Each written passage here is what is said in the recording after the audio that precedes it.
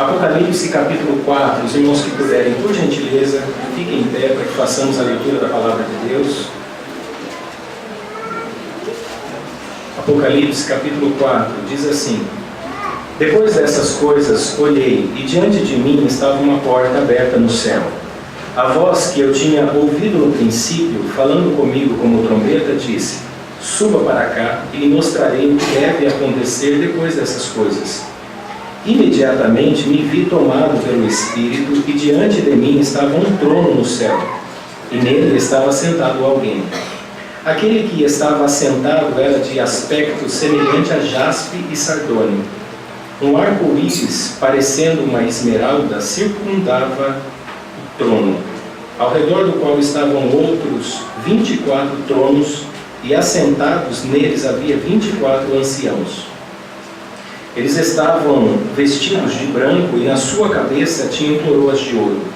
Do trono saíam relâmpagos, vozes e trovões. Diante dele estavam acesas 7 lâmpadas de fogo, que são 7 Espíritos de Deus. E diante do trono havia algo parecido com um mar de vidro, claro como cristal. No centro, ao redor do trono, havia 4 seres viventes cobertos de olhos, tanto na frente como atrás. O primeiro ser parecia um leão, o segundo parecia um boi, o terceiro tinha o rosto como de homem, o quarto parecia uma águia em voo. Cada um deles tinha 6 asas e era cheio de olhos, tanto ao redor como por baixo das asas. Dia e noite repetem sem cessar: Santo, Santo, Santo, é o Senhor, o Deus Todo-Poderoso, que era, que é e que há de vir. Toda vez que os seres viventes dão glória, honra e graças àquele que está sentado no trono e que vive para todo sempre, os 24 anciãos se prostram diante daquele que está sentado no trono e adoram aquele que vive para todo sempre. Eles lançam as suas coroas diante do trono e dizem: Tu, Senhor e Deus nosso, és digno de receber a glória, a honra e o poder, porque criaste todas as coisas e por tua vontade elas existem e foram criadas. Vamos orar?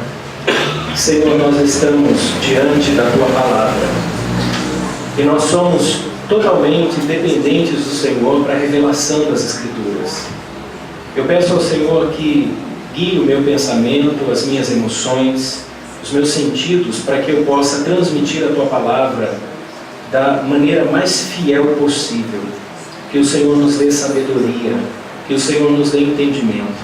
Tira de nós toda a incredulidade, toda a dúvida, todo o desinteresse, que possamos crescer espiritualmente conhecendo as Sagradas Escrituras. Nós oramos e pedimos em nome de Jesus. Amém. Os irmãos podem sentar-se. Esta série de ministrações sobre Apocalipse tem sido muito interessante, porque nós, quando estudamos o livro do Apocalipse, nós aprendemos que não apenas o livro do Apocalipse é escatológico, mas toda a Bíblia é escatológica.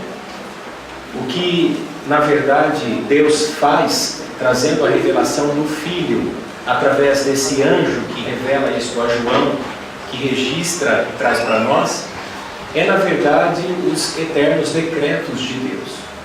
Deus mostra que a história não está ao acaso, que a história não está entregue ao Léo, que ela não está caminhando sem rumo e que ela não é cíclica e sem sentido, mas que esse Deus, ele governa todo o universo.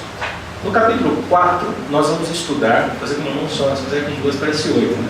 No capítulo 4, nós vamos estudar sobre o trono de Deus, ou a sala de comando do universo. A partir do trono, Deus governa toda a sua criação. No capítulo 1, nós aprendemos como foi que Deus trouxe essa revelação ao apóstolo João, exilado na ilha de Patmos, e diz que ele se achou no Espírito no dia do Senhor. E de repente ele ouviu uma voz atrás de si, e quando ele se volta para ver quem é que falava com ele, ele teve a visão dos 7 candelabros, ou dos 7 candeeiros, que nós dissemos aqui que é a menorá no Antigo Testamento, que estava presente no tabernáculo e depois no templo de Salomão. E ele olha e vê no meio dos 7 candelabros um ser semelhante ao Filho do Homem. E ele então começa a descrever aquela imagem maravilhosa que ele viu, de cabelos brancos, de vestes longas, olhos como chama de fogo, pés como bronze polido, uma espada saía da sua boca, e ele fica impressionado com a revelação que Deus dá do próprio Cristo. Depois ele diz que este ser começa a trazer revelações e pede para que ele escreva cartas. E essas cartas foram direcionadas às 7 igrejas da Ásia Menor. Haviam outras igrejas, mas especificamente Deus escreveu aquelas 7 igrejas, onde hoje, atualmente, é a Turquia. Compreendemos e aprendemos que toda a palavra de Deus que foi direcionada para aquelas 7 igrejas é a palavra de Deus para o seu povo, durante toda a história, em todas as épocas. Sendo assim, o que Deus falou àquelas igrejas, Ele está dizendo a nós. Nós estamos incluídos, inseridos neste contexto das 7 igrejas. É a igreja do Senhor na sua totalidade. Quando ele termina o capítulo 3, ele diz que há um mistério, e este ser tem 7 estrelas nas mãos.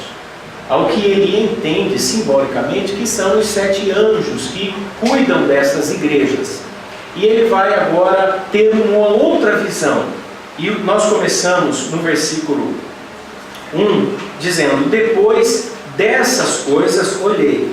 Quais são essas coisas? Depois que ele vê e ele compreende o mistério das 7 estrelas, quando ele vê essas estrelas na mão direita e os 7 candelabros. E ele diz que depois dessas coisas, ele olhou e diante dele estava uma porta aberta no céu. A visão de João agora se desloca para uma outra condição. Ele vê uma porta aberta no céu. Versículo 1. E a voz que tinha ouvido no princípio, falando comigo com trombeta, aquela voz do Senhor que falou com ele no capítulo 1, disse: suba para cá, e lhe mostrarei o que deve acontecer depois dessas coisas. Imediatamente me vi tomado pelo Espírito, e diante de mim estava um trono no céu, e nele estava assentado alguém. A visão que impacta João é a visão de um trono. Ele não vê quem está sentado no trono. Ele não vê as expressões, ele não vê exatamente os traços, né? Mas ele diz que havia alguém assentado naquele trono. E o que me chama a atenção é o fato de que Deus abre uma porta no céu. Essa palavra porta aqui é a ideia de uma revelação. Deus é que se faz revelar. Deus vai mostrar a João. Deus vai se revelar a João. E Deus vai trazer novas informações sobre o que é que Ele vai fazer e como Ele vai conduzir a história. O livro do Apocalipse é o livro da soberania de Deus. A visão do trono é o símbolo, é o que representa o domínio total e absoluto do nosso Deus. Sentar-se no trono significa governar toda a criação e toda a história. Esta é a visão que ele tem. A expressão porta aparece em outras oportunidades. No capítulo 3, versículo 8, nós falamos, por exemplo, da porta da oportunidade. No capítulo 3, no versículo 20, a porta do coração humano. Mas aqui no capítulo 4, e no primeiro versículo, é uma porta da revelação do governo de Deus. E é isso que chama a atenção. É como ele vai ver esse Deus. Qual a realidade disso para nós? Diante do que nós estamos ouvindo e vendo acontecer no mundo atual, nós não podemos e não devemos entrar em desespero. Quando as notícias que nós recebemos são notícias de guerra, notícias de desastres, notícias de epidemia, como tem tido recentemente com o Zika vírus, notícias de crise econômica, aumento do desemprego, problemas na desestruturação familiar, a fragmentação da sociedade, a corrupção na política, a imoralidade sendo lançada ao rosto de todos os cidadãos brasileiros através da mídia, e quase que impossível assistir um programa de televisão que não tenha imoralidade, ferindo princípios, machucando famílias, todas as tribulações, fora o que impõe à sociedade, os nossos problemas, as nossas crises existenciais, os momentos de desafio que nós enfrentamos, os conflitos que nós temos. quando olhamos ao nosso redor, à nossa volta, quando olhamos para nós, para o nosso coração, os erros que nós cometemos, a maneira como nós nos postamos, como nós nos comportamos diante das adversidades, as nossas omissões, o quanto somos falhos, somos negligentes, somos desleixados com a vida espiritual, com a vida de oração, somos cuidadosos com finanças, somos cuidadosos com o lazer, somos cuidadosos com o nosso bel prazer, com o nosso bem-estar, mas parece que a nossa tendência é sempre deixar de lado as coisas espirituais. O nosso erro de interpretação, quando olhamos para as Escrituras e às vezes pensamos que ela é uma caixinha de promessas em que Deus vai sempre nos prometer alguma coisa sem requerer nada de nós.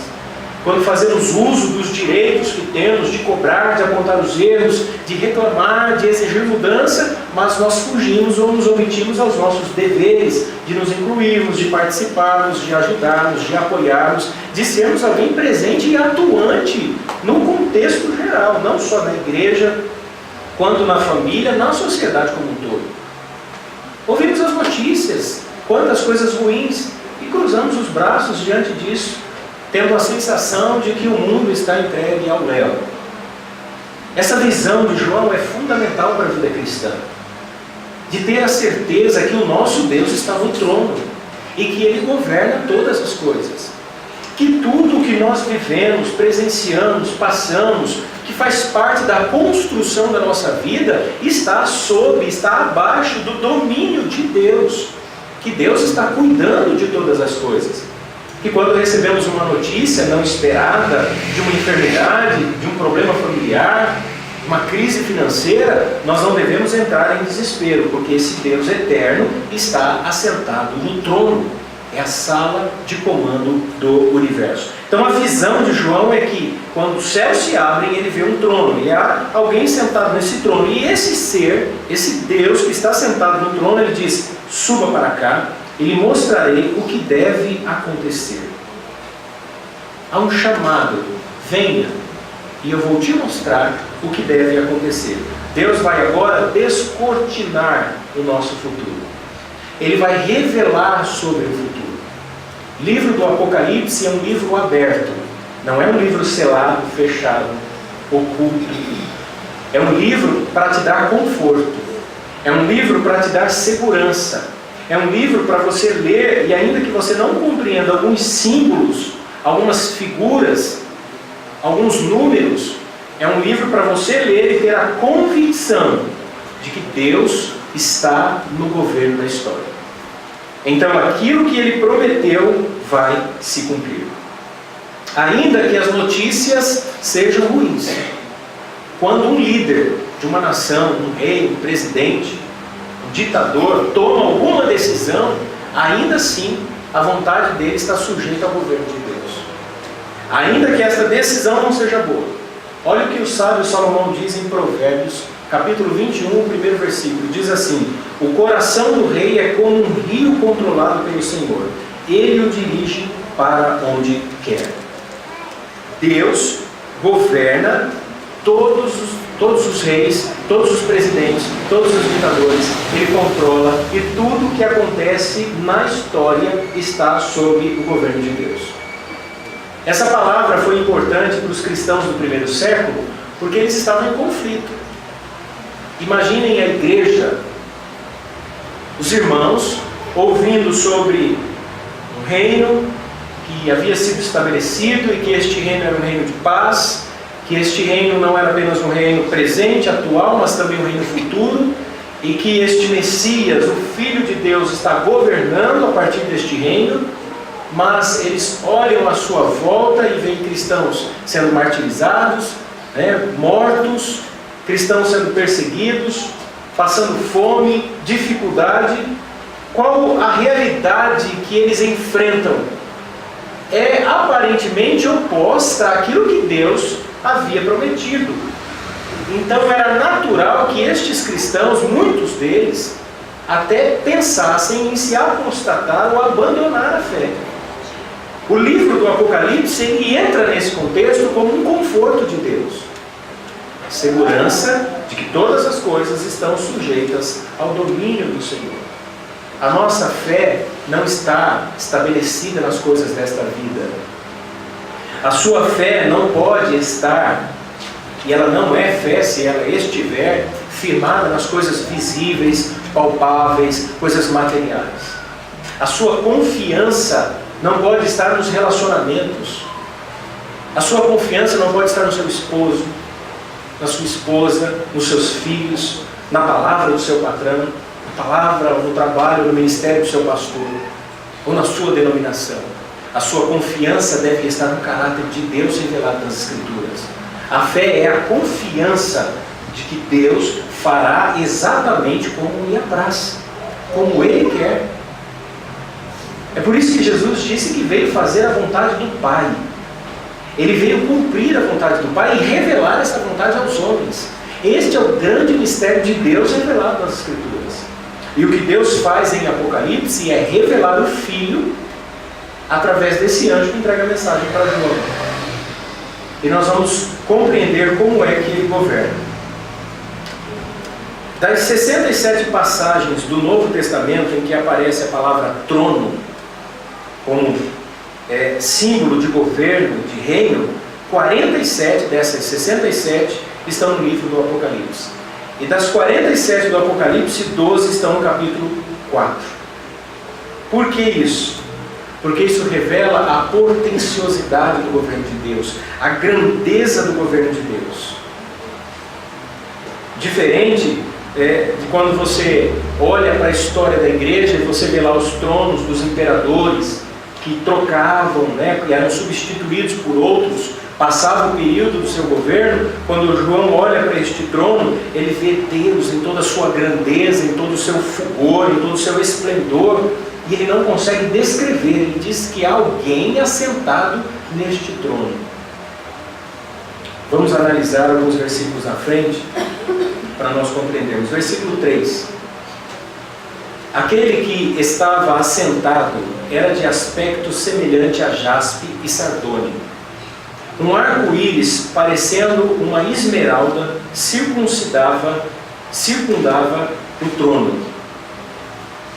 Ponto importante aqui. Ele usa 3 objetos para revelar a imagem que ele está vendo. Ele usa a palavra pedra jaspe, a pedra sardônio, e ele diz, na minha versão, fala arco-íris. Esta palavra arco-íris foi aplicada pelos tradutores por influência da mitologia grega. Em algumas versões diz apenas o arco de Deus. O que é que João está descrevendo aqui? O que isso representa? A pedra jaspe é a mais cristalina que se tem, a mais pura, sem nenhuma poluição. Na tradução, alguns peritos em grego, eles dizem que na nossa língua seria o diamante, seria representado pelo diamante. Isso descreve a santidade e a pureza de Deus. Ele diz que esse ser que está sentado no trono, ele é santo e ele é puro. O que impacta João é a santidade de Deus. Ele vislumbra esta beleza da santidade de Deus. Quando nós olhamos na história bíblica, nós observamos e aprendemos que a santidade de Deus, ela tem algumas características que nós temos que levar em consideração. Que a santidade de Deus, ela não é apenas a expressão da sua pureza, mas ela impõe aos seus súditos, este rei santo impõe aos seus súditos uma legislação. Porque Deus é santo, Ele estabelece uma lei santa. Então ninguém que se aproxima de Deus deve desconsiderar a sua santidade. É por isso que o pecado, ele nos afasta de Deus, porque Deus é santo. É por esta razão que Ele providencia no Filho, em Cristo Jesus, aquele que não pecou, mas que se fez pecado por nós, o meio de nós nos aproximarmos dele novamente. Ele é um Deus santo. E essa santidade que é legislativa é também uma santidade judiciária. Ou seja, se eu não cumprir ou se não for através do Filho, eu recebo de Deus o juízo. Porque eu sou pecador. E se o pecado de Adão tirou todos os homens, os destituiu, os arrancou da glória de Deus, da presença de Deus, então todos os homens são pecadores. O único meio de nós nos aproximarmos de Deus, da sua santidade, é através do Filho. Porque a sua santidade é uma santidade legislativa e judiciária. Então a representação dessa pedra mostra a intensidade da santidade de Deus. E ele diz também sobre a pedra sardônio. Essa pedra ela tem a cor vermelha, é a mais translúcida que existe, e aqui ele vai falar do juízo de um Deus santo. Deus santo é um Deus justo. Isto são os atributos de Deus. O Deus que é santo é um Deus justo. Quando nós nos aproximamos de Deus, nós devemos compreender e reconhecer a sua justiça. Quando nós analisamos esses aspectos que são revelados em Apocalipse, nós começamos a perceber a importância, por exemplo, da nossa reverência no culto a Deus. Como nós nos postamos. Porque o que nós fazemos aqui é um reconhecimento, porque culto é serviço. Na linguagem bíblica, prestar culto é prestar um serviço. Não é uma reunião de entretenimento, é uma reunião de serviço. Nós somos os serviçais e viemos prestar um serviço ao nosso Deus. Não há ninguém melhor que ninguém. Não há ninguém com condições de prestar culto melhor. A partir do momento que eu começo a analisar se o seu culto está correto ou não, eu não estou prestando culto. Eu estou na mesma condição. Então é o momento em que cada um de nós, individualmente, prestamos o nosso culto, o nosso serviço a Deus. Reconhecendo a sua grandiosidade, a sua santidade em reverência, em temor, em amor, compreendendo o que Ele fez. Este senso de divindade, quando está em nós, toda a nossa vida muda. Porque aí todas as áreas da nossa vida são afetadas pelo senso de divindade. Por este reconhecimento que nós passamos a ter sobre a santidade de Deus. Toda a nossa vida muda. Todas as esferas. No casamento, na esfera dos relacionamentos, na esfera profissional, na esfera vocacional. Os nossos compromissos começam a ser embasados, estruturados nesta revelação que nós temos de Deus. A nossa postura, as nossas palavras, a maneira como nós nos relacionamos com o outro começa a ser diferente porque nós reconhecemos a Deus. Aí nós compreendemos o que significa viver para a glória de Deus. O só lhe deu glória, somente a Deus glória. Toda a nossa vida é mudada.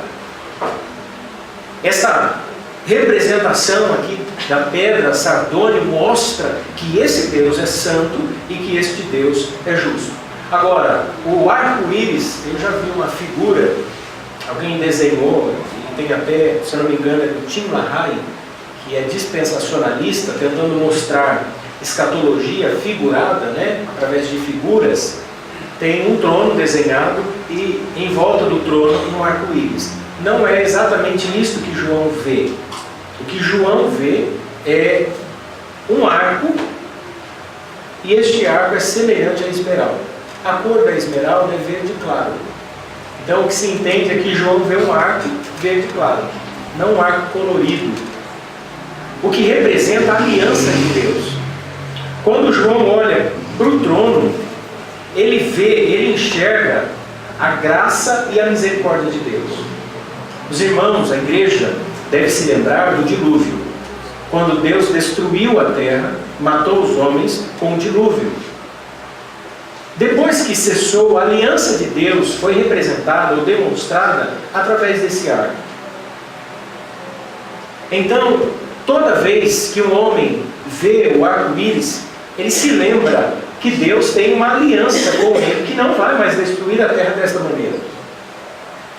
Esta visão de João do arco de Deus ao redor do trono é um símbolo da aliança de Deus.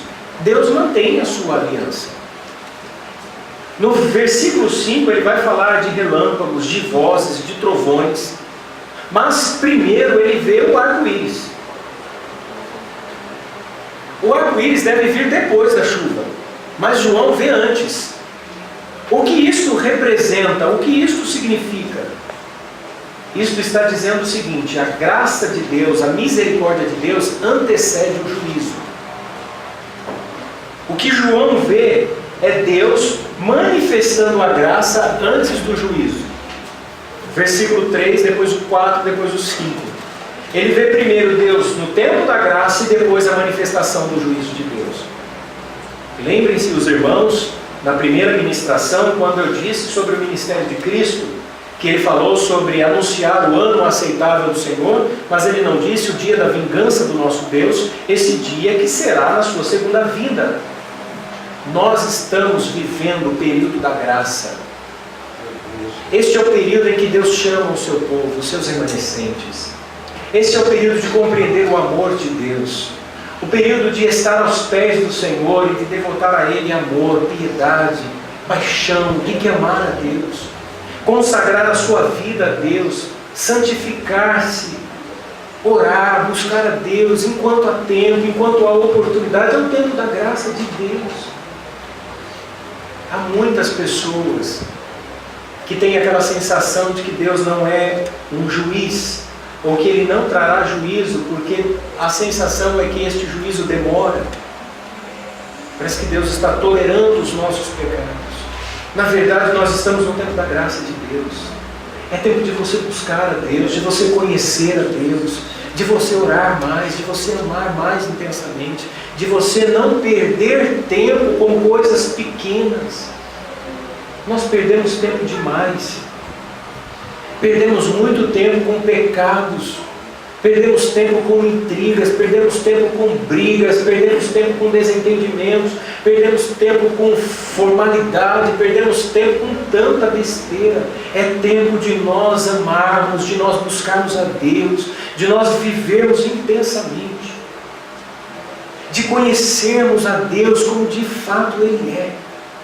Essa experiência, ela não pode ser transportada da minha vida para a sua. Não perda a oportunidade de estar na igreja, de estar no templo, ouvindo a exposição da palavra de Deus, culto após culto, domingo após domingo, e deixando a sua vida continuar da mesma forma. Deus está te chamando. Deus está falando aos nossos corações através das Escrituras que nós estamos no tempo da graça, a aliança de Deus com o seu povo. Quantos de nós estamos perdendo essa oportunidade de viver o melhor de Deus para nós, de ter experiências com Deus? Nós não valorizamos as oportunidades, não valorizamos a família, não valorizamos a igreja, não valorizamos o ministério, sempre na mesma maneira, com as mesmas picuinhas. É tempo de mudança, é tempo de enxergar o novo de Deus. A vida passa muito rápido. Eu sempre gosto de frisar isso nas minhas pregações: a vida passa muito rápido. Você está envelhecendo rapidamente. Não perca essa oportunidade. Viva intensamente cada momento da sua vida, não viver os seus interesses. Eu sei que nós temos necessidades de ser amados, de sermos respeitados, de sermos reconhecidos, de termos a nossa participação, mas nós também temos a obrigação, a incumbência de amarmos, de nos envolvermos, de apoiarmos, de estendermos a nossa mão, e nós não podemos nos omitirmos a isso. Fechar os nossos olhos e dizer assim: não, isso não é comigo, porque Deus nos pedirá contas de tudo que nós temos que fazer aqui. Como nós falamos no capítulo 2 e 3, um dia todos nós estaremos diante do trono de Deus. Você pode conquistar o que for nesta vida, pode ser riquíssimo, pode ser muito bem famoso, uma pessoa muito bem de saúde, mas você vai morrer. E você estará diante do seu Criador. E a nossa vida não pode ser um reducionismo, acreditando que tudo que a gente tem é um maldito dinheiro, é um maldito desejo de conquistar alguma coisa e de ser feliz como o ímpio. Os ímpios fazem isso. E se nós que confessamos amar a Deus, vivemos como os ímpios, apenas trabalhando pelo pão, apenas buscando os prazeres da vida, nós não temos nenhuma diferença e senso de eternidade. Um dia nós estaremos num culto fúnebre, mas não para celebrar o culto, mas estaremos deitados no caixão. E aquele dia ninguém pode fugir, ninguém fugirá dessa realidade. Ainda que o Senhor volte, você esteja vivo, você vai ter que passar pela morte. Porque na transformação do corruptível para o incorruptível, do mortal para o imortal, precisa morrer. Porque todos os homens foram sujeitos à maldição da morte por causa do pecado. Vai ser uma fração de segundo, uma expressão, né, uma figura, mas você vai ter que passar por isso. Você não vai chegar diante do Senhor com o seu corpo, com o seu físico, e vai ser transformado. E nós precisamos pensar nessas questões. Pensar sobre a eternidade. Pensar sobre a nossa alma. Pensar sobre o nosso relacionamento com Deus. Esse Deus que é revelado a João, que tem o arco da sua aliança e a aparência de esmeralda, revelando a sua pureza, essa visão maravilhosa. Precisamos nos sujeitar a este Deus, porque antes de Deus derramar o seu juízo sobre a terra, Ele oferece a sua misericórdia. Nós vamos aprender em Apocalipse que antes das taças do juízo, Ele envia as trombetas de alerta. Cada pregação é uma alerta de Deus. Deus está falando conosco, culto após culto, através da palavra. Aquele que tem ouvido, ouça o que o Espírito diz à igreja. Versículo 4. Ao redor do qual estavam outros 24 tronos, e assentados neles havia 24 anciãos. Eles estavam vestidos de branco e tinham na cabeça coroas de ouro. Agora João tem uma visão mais ampla, e ele enxerga ao redor do trono de Deus 24 tronos, e nestes 24 tronos 24 anciãos. Trono representa autoridade. Quem se assenta no trono é alguém revestido de autoridade. Os reis que se assentavam nos tronos tinham autoridade sobre os seus súditos. Quando olhamos para o nosso país, para o sistema de governo do nosso país, nós vemos o presidencialismo. O presidente do nosso país, ela se assenta no trono, numa poltrona que representa o seu governo sobre a nação. Os senadores, os deputados federais e estaduais, tanto no Senado quanto na Câmara, todo o poder legislativo e deliberativo da nossa nação, eles se assentam em cadeiras que representam a autoridade sobre o povo. Eles foram revestidos de autoridade. Quando nós olhamos a estrutura grega, porque João ele está nesse contexto, a democracia dos gregos tinha o seu conselho deliberativo, que era eleito pelo povo, e eles se assentavam em cadeiras que representavam a autoridade. Na sociedade judaica tinha o sinédrio. Você pode observar que os fariseus, os sumos sacerdotes, os homens que representavam no sinédrio, eles se assentavam também em cadeiras, porque eles tinham autoridade sobre o povo. Os presbíteros sentam aqui nessas cadeiras como um símbolo de autoridade no governo da igreja. E eles foram revestidos desta autoridade porque toda a autoridade ela está ligada a uma fonte de poder. Não existe autoridade sem fonte de poder. Um delegado só tem voz de prisão porque a fonte de poder em que ele está ligado, do poder judiciário, ele precisa receber o mandato de um juiz. Ainda que ele pegue um criminoso em flagrante, esse criminoso só vai ser condenado quando um juiz decretar. Então toda a autoridade ela está ligada a uma fonte de poder. Quando esta visão é dada a João, isto representa a igreja na sua totalidade. 12 patriarcas ou 12 apóstolos, dando um total de 24, isso é uma representação da igreja. Não é que existem 24 anciãos governando por Deus toda a história da humanidade. Na verdade, a igreja está revestida dessa autoridade de governo. Quando você olha para as Escrituras, por exemplo, em Apocalipse, no capítulo 1, versículo 6, diz que nós fomos constituídos reinos e sacerdotes, sinônimo de autoridade. Quando você vê a palavra do apóstolo Paulo em 1 Coríntios, capítulo 6, versículo 2 e versículo 3, ele diz que nós vamos julgar o mundo e os anjos. Isso representa a autoridade que é delegada à igreja. Esta igreja é revestida de autoridade, desde que ela esteja ligada à fonte de poder. Sistemas de governo de igreja, em que uma só pessoa governa tudo, são sistemas doentios, sabia disso? É doentio alguém sozinho governar tudo. Todo ser humano precisa e deve prestar conta a outrem. O nosso coração, ele é tendencioso. Os homens gostam do poder, eles gostam de governar. Então, quando nós vemos essas igrejas independentes, em que o pastor se auto-intitula pastor, e ele faz tudo do jeito dele, e não tem ninguém acima dele, não tem um conselho com quem ele pode repartir as suas preocupações e ser advertido quando ele errar, ou ele nunca vai errar, ou ele é perfeito, ou ele vai fazer do jeito dele sem prestar contas a ninguém. Então, todos os homens devem prestar conta a alguém, em última instância a Deus. Por quê? Porque a autoridade ela está ligada a uma fonte de poder. Então, como igreja, nós precisamos estar ligados no Senhor. Hoje de manhã, na escola bíblica, nós falamos sobre João capítulo 15.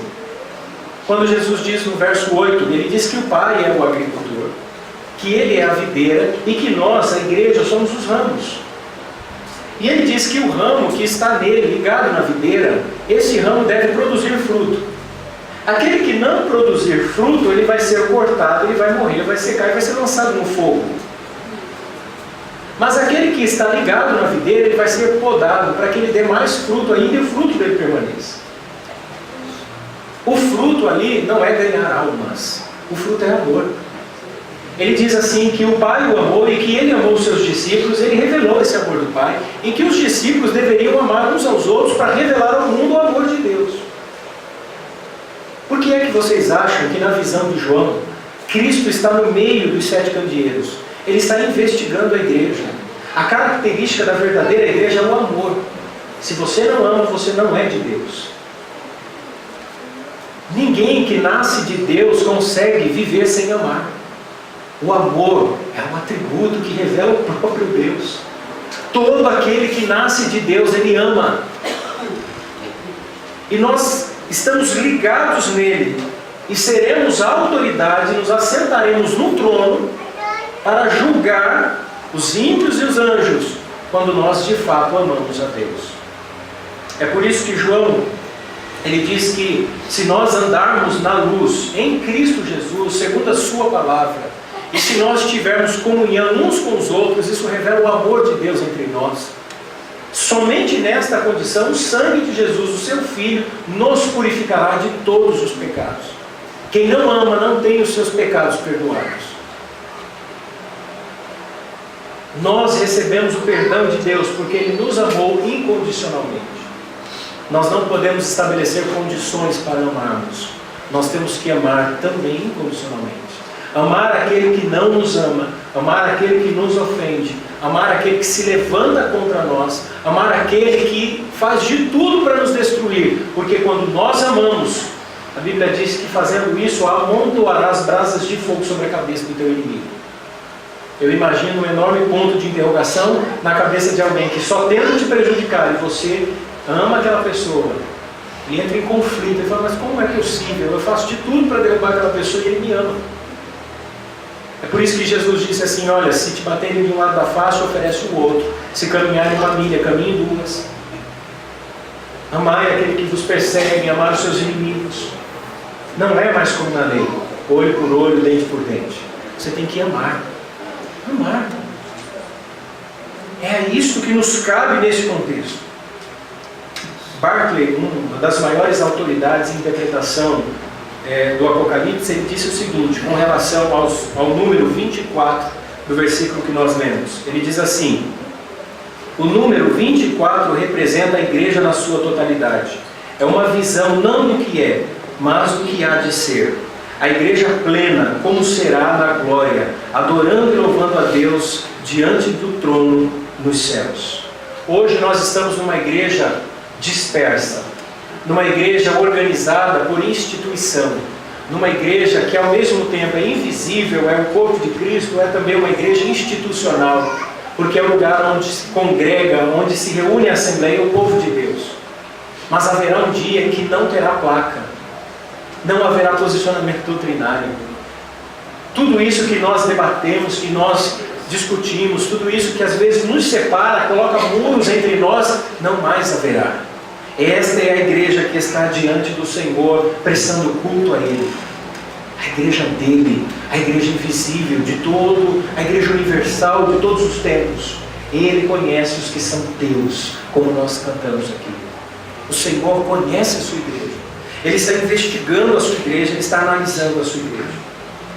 Agora, estes que estão assentados no trono, eles têm coroa de ouro nas suas cabeças. A coroa aqui também é um símbolo, uma representação de autoridade. Eles estão revestidos desta autoridade. Na cultura dos gregos, os atletas, quando eles participavam das Olimpíadas e eles venciam, eles não recebiam medalha, não recebiam troféu, como nós temos o costume na nossa cultura. Eles recebiam uma coroa de louros. A coroa, ela representava uma vitória final. Quando diz que estas pessoas estão assentadas no trono e elas têm na sua cabeça uma coroa de ouro, está representando a grandeza da conquista da vitória. Deus está te dizendo isso. Seja perseverante, seja fiel, batalhe. Há muitos que desanimam, há muitos que abandonam a fé, há muitos que dizem assim: eu não consigo, eu não posso, eu não tenho condições. O Senhor está dizendo que você vai sentar-se no trono e vai receber uma coroa de ouro. Ele está dizendo que a sua igreja é uma igreja vitoriosa. Isso aqui não é meritocracia, isso aqui é a promessa de Deus aos seus, à sua igreja. Também não é porque somos um povo eleito, chamados, por isso nós vamos viver omissos às nossas responsabilidades, indiferentes com a realidade da nossa volta. Nós temos que nos esmerilhar, desbastar o nosso caráter, aparar as arestas, como uma pedra bruta precisa ser lapidada pelo escultor para sair uma obra de arte. A vida faz isso com a gente. Você sofre, você apanha, você chora, você se arrasta, mas Deus está podando o galho, o ramo, para que ele dê mais fruto e esse fruto permaneça. As provações não são ruins, as provações são uma escola de Deus. Elas têm um potencial pedagógico para te ensinar. Se você está sofrendo, se está triste, se está difícil a sua vida, glorifique a Deus, porque Ele está te ensinando algumas coisas que você não aprenderia se você não passasse por isso que você está passando. Quando você passar por este processo, você com certeza será outro homem e outra mulher.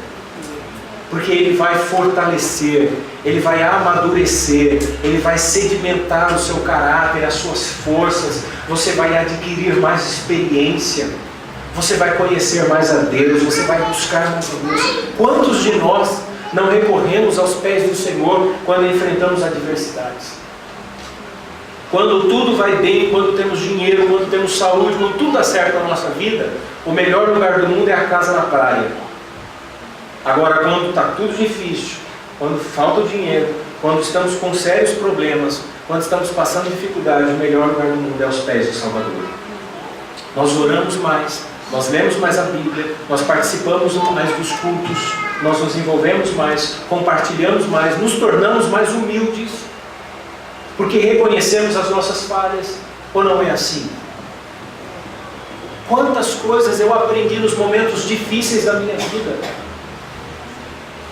Existiram momentos em que eu literalmente sentei no chão e chorei porque não tinha perspectiva de mudança. Enfrentei alguns momentos na minha vida de não ter um tostão furado no bolso, de ter problema com o nome, de me envolver em dívidas, de ter problema na minha família, de ter problema na igreja, mas foram momentos em que Deus construiu a história da minha vida, me fortaleceu.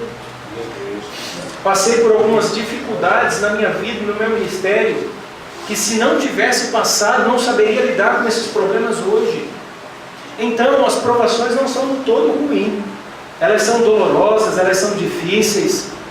Ninguém gosta de passar por tribulação, por dificuldade, mas elas são importantes para a nossa vida. É por isso que nós temos que ser contra a teologia da prosperidade, de atrair pessoas prometendo a elas ouro e bens, quando na verdade o que nós temos que falar para as pessoas é sobre a eternidade.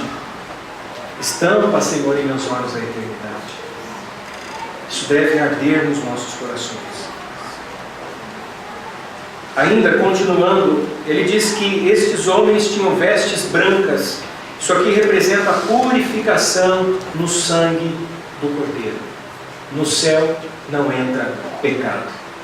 A igreja do Senhor Jesus é composta por todos aqueles que tiveram as suas vestes lavadas e purificadas no sangue do Senhor. Deus não compactua sua santidade com o pecado.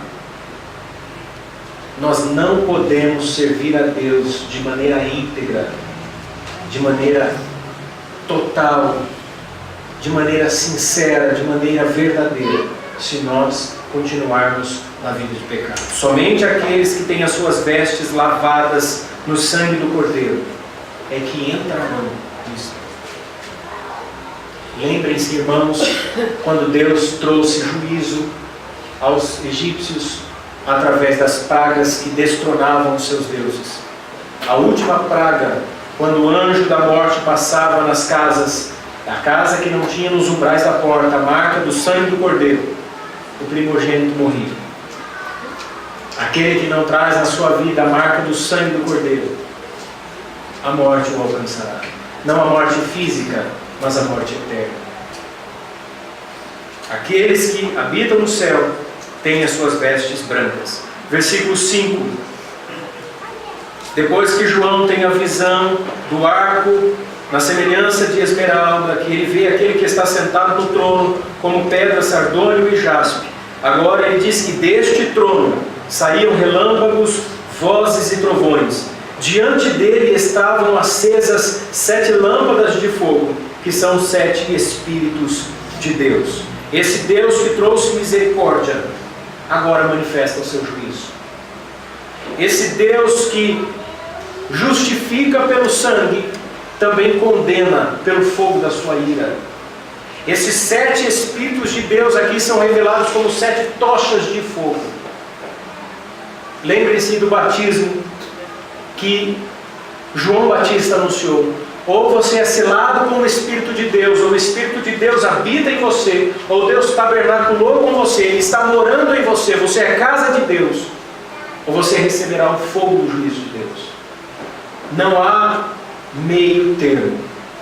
Não tem como você ficar num campo neutro, não existe isso. Ou é sim, sim, ou não, não. Ou você serve a Deus, ou você é ainda escravo do pecado. Ou você está justificado pelo sangue do Cordeiro, ou você ainda está debaixo da culpa do pecado e depravado moralmente. Não há meio termo. Não existe aquele que fica em cima do muro, como certa feita eu contei uma ilustração. E havia um anjo de um lado e o diabo do outro. E o anjo dizia para aquele que estava em cima do muro: desce, vem para cá. Fique deste lado, do lado da santidade, do lado de Deus. Venha para este lado. E ele olhava para o diabo e o diabo não falava nada. Incomodado com a tranquilidade do diabo, ele disse assim: olha, o anjo está dizendo para eu ir para o lado de lá. Você não vai me convidar para ir para o seu lado? Ele disse assim: não precisa, o muro é meu. Esta é uma realidade. Se você está pensando em estar em cima do muro, você não está do lado de Deus. Ou você está com Deus, ou você está ainda escravizado pelo pecado. Este trono que revela a misericórdia é um trono que traz também o juízo de Deus. Esse trono que revela o arco da aliança é o trono que revela vozes, trovões e relâmpagos. E esse espírito sétuplo, ou 7 espíritos de Deus, aqui se manifesta de maneira diferente. No batismo de Jesus, lá com João Batista, o Espírito desceu em forma de pomba, símbolo de paz, de amor, de pureza, a chegada do reino. Mas aqui esse Espírito se manifesta como tochas de fogo. E é isso que nós devemos nos ater nessa noite. Que antes do juízo, manifesta-se a misericórdia de Deus. Versículo 6 ao versículo 8. Também diante do trono havia algo parecido com um mar de vidro, claro como cristal. No centro, ao redor do trono, havia 4 seres viventes cobertos de olhos, tanto na frente como atrás. O primeiro ser parecia um leão, o segundo parecia um boi, o terceiro tinha o rosto como de homem, o quarto parecia uma águia quando voa. Quando em seu voo, cada um deles tinha 6 asas e era cheio de olhos, tanto ao redor como por baixo das asas. Dia e noite repetem, sem cessar: Santo, Santo, Santo é o Senhor, o Deus Todo-Poderoso, que era, que é e que há de vir. Sabe o que me chamou a atenção na leitura do versículo 6 ao versículo 8? É novamente a doxologia. É novamente um momento de culto a Deus. No capítulo 1 houve a doxologia, houve um momento de culto. No capítulo 2 e no capítulo 3 houve a doxologia. E agora no capítulo 4 se repete novamente o culto a Deus. Essa igreja está cultuando a Deus. Esses seres viventes, angelicais, eles estão cultuando a Deus. O culto é o centro da vida cristã. Quem não gosta de cultuar a Deus não pode morar no céu, porque o céu é um lugar de culto eterno. Nós vamos cultuar a Deus eternamente. Nós vamos estar em culto sempre na presença de Deus, rendendo a Ele, celebrando, dando-lhe louvores, glorificando o teu nome, o seu nome. É isso que está nos revelando. Ele diz que diante deste trono havia algo parecido com um mar de vidro. Todo o Apocalipse ele usa figuras que já eram conhecidas no povo judeu, porque eram figuras utilizadas no tabernáculo e no templo de Salomão. E eles tinham lá no templo uma espécie de tanque de bronze. Mas aqui diante do trono, representando o governo de Deus, não há mais aquele tanque de pureza ou de purificação. Há algo parecido com um mar de vidro, mostrando a santidade de Deus. Diante deste trono ele diz que há uma expressão tão profunda, quase que inexplicável, de tamanha santidade. O quanto esse Deus é santo, no céu não há pecado, há a expressão profunda de uma santidade que ele não consegue definir aqui. Ele diz que é como um mar de vidro. Quem nunca ficou impressionado com a grandiosidade do mar? Você olha e não vê fim, você fica impressionado com a quantidade de água.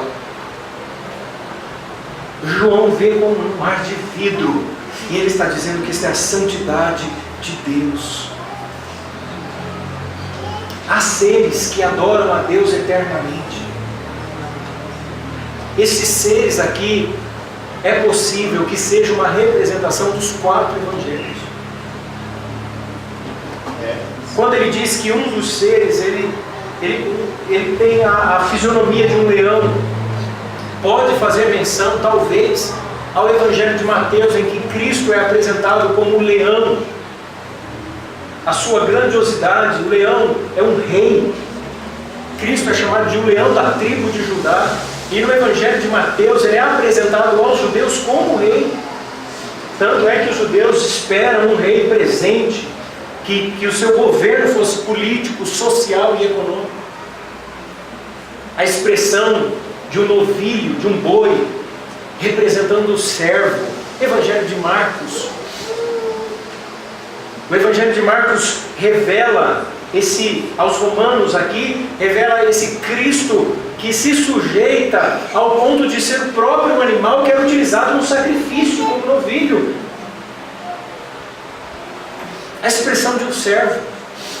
A fisionomia de um homem, de um dos seres, talvez represente aqui o Evangelho de Lucas, que é escrito para os gregos, que tinham no imaginário popular que os homens eram filhos dos deuses. E ali, a semelhança de um homem, Cristo é apresentado no Evangelho de Lucas como o filho do homem, se opondo à expressão e ao conhecimento dos gregos como o filho de um dos deuses. Ele é homem frágil.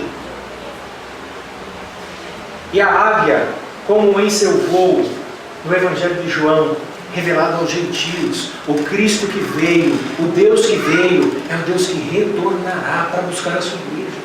João começa dizendo assim: no princípio era o Verbo estava com Deus, e Ele era Deus. Apresentado aos gentios. Essa é uma das interpretações históricas mais aceitas. Mas é um mistério. Há quem diga que eram apenas serafins que adoravam a Deus, como na visão do profeta Isaías. Mas o profeta Isaías é um profeta messiânico, ele fala do Messias. Quando no capítulo 6 ele diz assim: no ano em que morreu o rei Uzias, eu vi o Senhor assentado no alto e sublime trono, e ele vê seres com 6 asas, né? com 2 eles voavam, com 2 cobriam o rosto e com 2 cobriam os pés, e esses seres eram assim de uma grandiosidade que ele fica em êxtase diante daquela revelação. Deus está se revelando a nós. Mas um ponto importante é exatamente o que estes seres fazem. Eles revelam, eles proclamam sem cessar a santidade de Deus. Eles proclamam a onipotência de Deus. E eles proclamam a eternidade de Deus. Vejam o que eles dizem santo, santo e santo. Quando eles dizem santo, eles falam da descrição da santidade de Deus. Quando eles dizem santo, santo, eles dão ênfase. Mas quando eles dizem santo, santo e santo, eles falam da plenitude da santidade de Deus. E eles dizem também da onipotência de Deus. Ele diz assim: o Deus Todo-Poderoso. Esse Deus, Deus da igreja, é o Deus que tem todo o poder.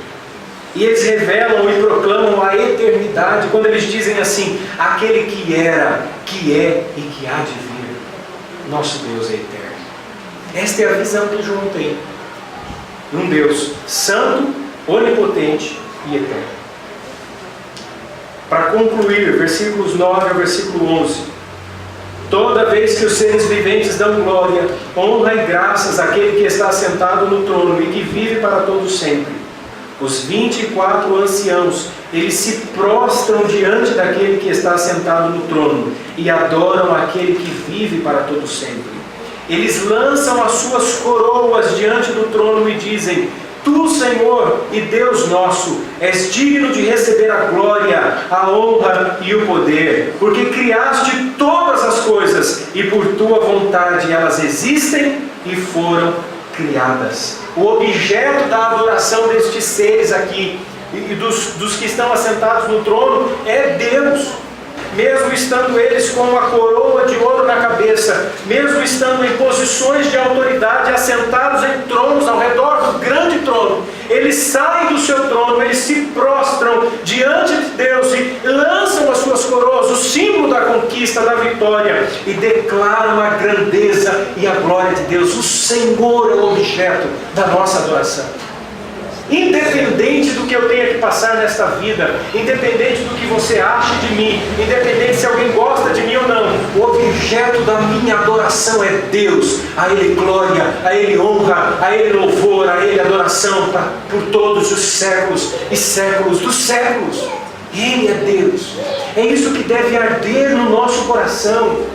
Cristianismo não é religião, não é algo que eu venho, escuto e não faz diferença. É algo que está vivo dentro de nós. O que é Cristo para você? O que é Deus para você? O que você compreende de Deus? Será uma divindade que você idealiza, um velhinho de barba e cabelo comprido, sentado num trono, com um cajado na mão e um monte de nuvem à sua volta? Nada do que é expresso através das Escrituras. Nem mesmo o salmista, quando diz assim que o firmamento é o trono onde Deus se assenta, e a terra que nós vemos, a terra do Salmo 24, a criação de Deus, essa terra, sua plenitude, é o escabelo, o lugar onde Ele põe os seus pés. Nem isso pode revelar a nós a grandeza de Deus. O salmista diz: eu posso descer ao Hades, às regiões inferiores, às regiões das trevas, ao mais profundo do abismo. Ali Deus está. Eu posso subir ao mais alto dos céus, aonde habita a imarcessível luz, a luz que não cessa, que não murcha. Ali Deus está. Como poderei eu, miserável pecador, me esconder de Deus? É este Deus que eu estou falando. É este Deus que se revela nas Escrituras. Não é um Deus que faz mercado. Não é um Deus que faz câmbio, que faz troca. Não é um Deus que você faz voto dando dízimo para Ele te dar em dobro.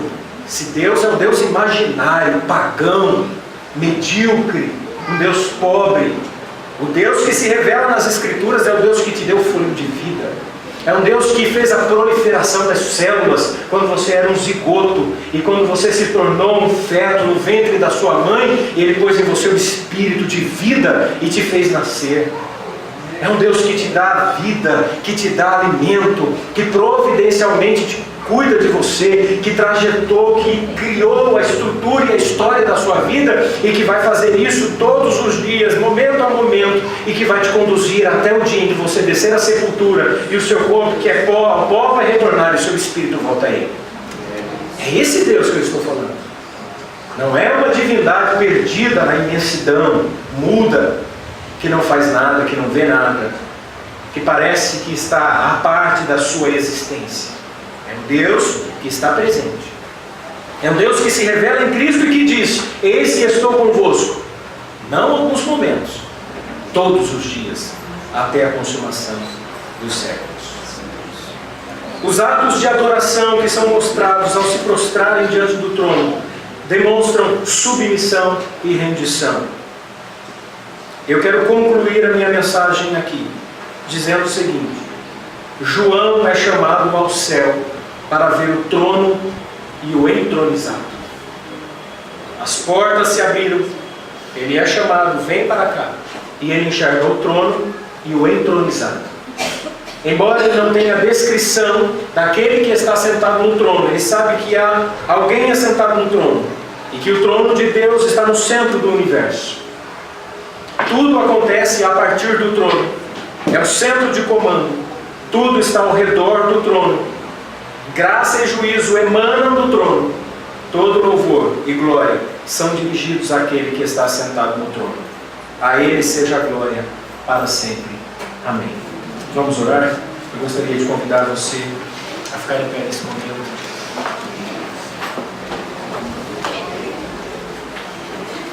Soberano Deus, nós estamos diante do Senhor nesta noite em oração. Somos conduzidos por Tua Palavra ao reconhecimento da Sua grandeza e da Sua majestade. As nossas expressões e o nosso esforço em submissão ao Senhor neste culto não podem sequer expressar a Tua santidade, porque nós ainda estamos sujeitos ao poder do pecado. Não estamos debaixo da culpa, mas somos acometidos ao poder do pecado, somos tentados pelos desejos do nosso coração, e dia após dia nós precisamos aprender mais através das Escrituras. Mas nós sabemos que um dia estaremos diante do Senhor, e vamos cultuar ao Senhor por toda a eternidade. Declarar com os querubins e serafins, com todos os anjos: Santo, Santo, Santo é o Senhor dos Exércitos. E nesta noite, como expressão, como uma antecipação, como alguém que usufrui de bênçãos vindouras, nós estamos com o coração grato, porque temos a revelação através do Apocalipse, que o Senhor está assentado no alto e sublime trono, e que a partir do seu trono o Senhor governa toda a história e todo o universo.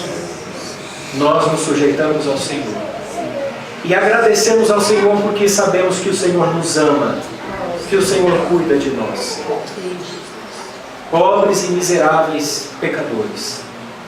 Aprove ao Senhor nos amar na pessoa do teu Filho. Obrigado por tão grande salvação. Obrigado pela esperança de eternidade. Obrigado pela alegria da nossa salvação. Obrigado por conhecermos ao Senhor através das Escrituras.